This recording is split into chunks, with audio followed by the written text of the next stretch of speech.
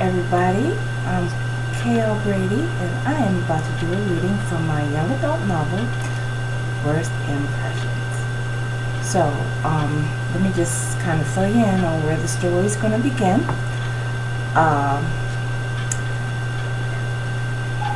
We're at the back-to-school dance, and Liz and Darcel, the two main characters,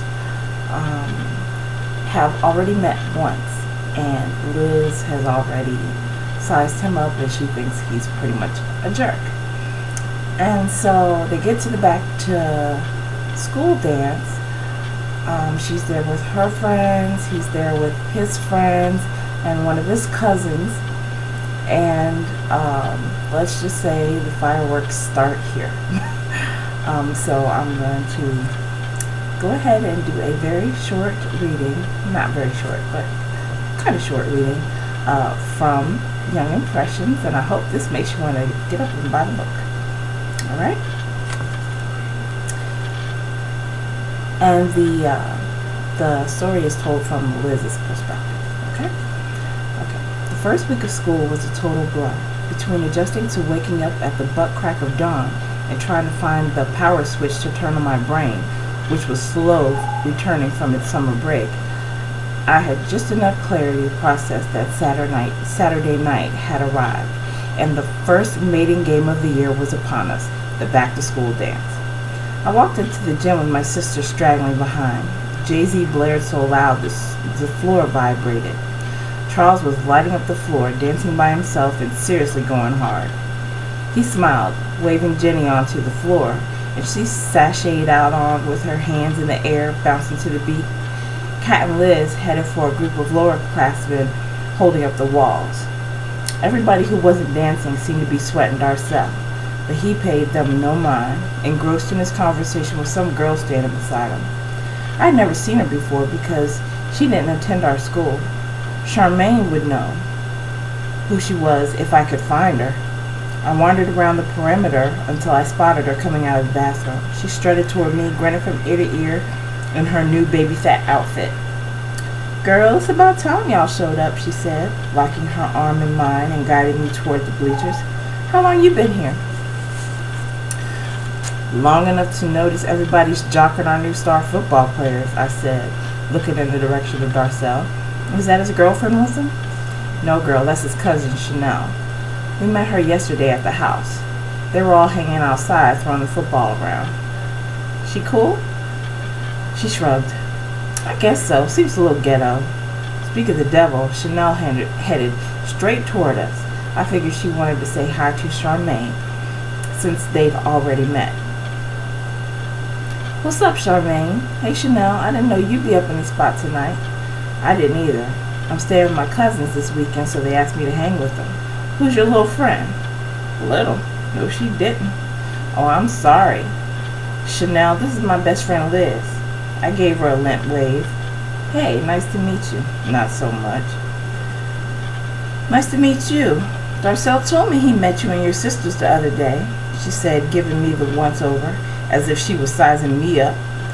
"Ooh, girl, are those Levi's you got on?" Yeah, I think so." She huffed, stuck her nose a little further in the air, and moved toward the dance floor. I think I remember seeing those on display at the Smithsonian Museum last summer." "Well, anyway, I'll catch y'all later. This is my song." "What the hell is that supposed to mean?" I snapped. "Girl, don't even sweat that. I don't know what her problem is. She seemed okay yesterday. Maybe Aunt Flo is making her monthly visit," she chuckled.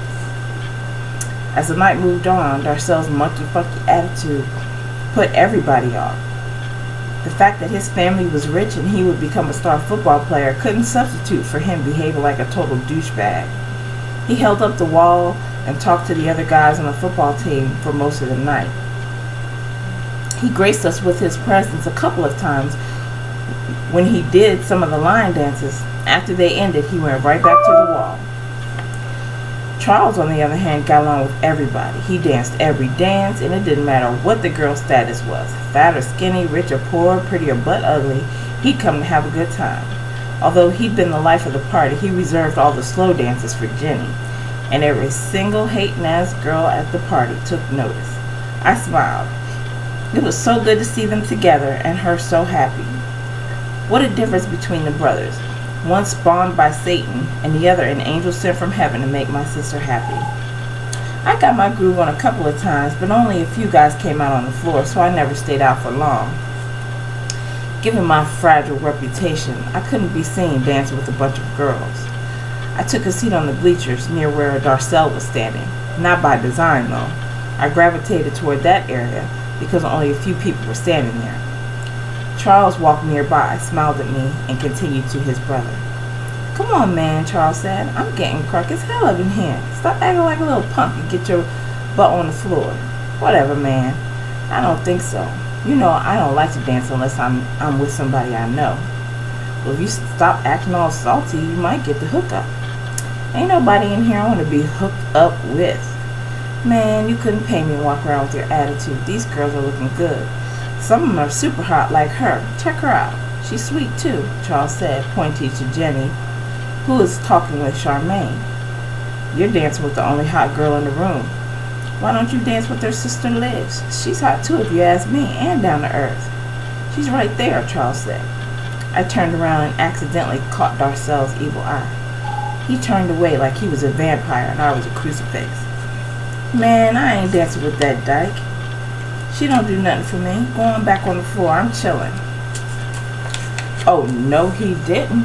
I gave my neck a ghetto twist and looked at him, but he didn't notice me. What is this, pick on Liz night? First his cousin and then him. Had I been dropped into some alternate universe? I couldn't even front. I definitely caught feelings behind his remark. Not only was he not the right boy for me, he'd stereotyped me like every other boy in school, couldn't see past my exterior. My hope of meeting someone dissipated within seconds. The girl I used to be flashed through my head, the one who would have run home and cried. But no way would I give Darcel or anyone else that satisfaction of knowing he'd hurt me. So I pulled myself together and had a man-up moment, so to speak. Every fiber of my being wanted to walk over and tell him to take his stank attitude home, but I talked myself out of going. Then I talked myself right back into it. Not being one to hold my tongue anymore, I made a beeline straight in his direction.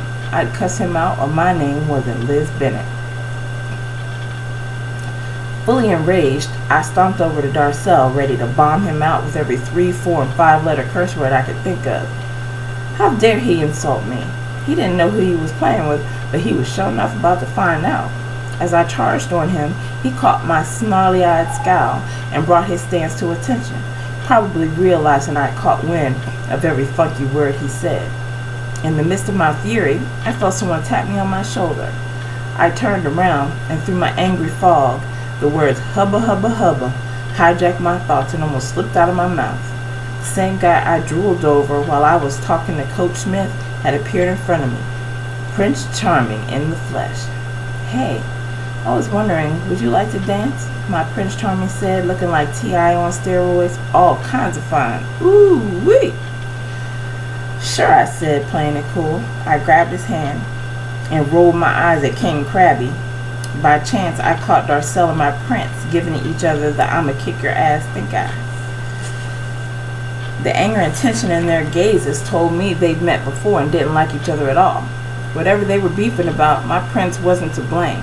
I reasoned that Darcel started hating once he realized all eyes had gravitated from him to me and my prince and my dance partner. The song "Closer" by Neo started playing. He stared dead in my eyes and lip-synced the words to me. He swayed toward me, wrapped his hand around my waist, and pulled me so close I thought we would become one.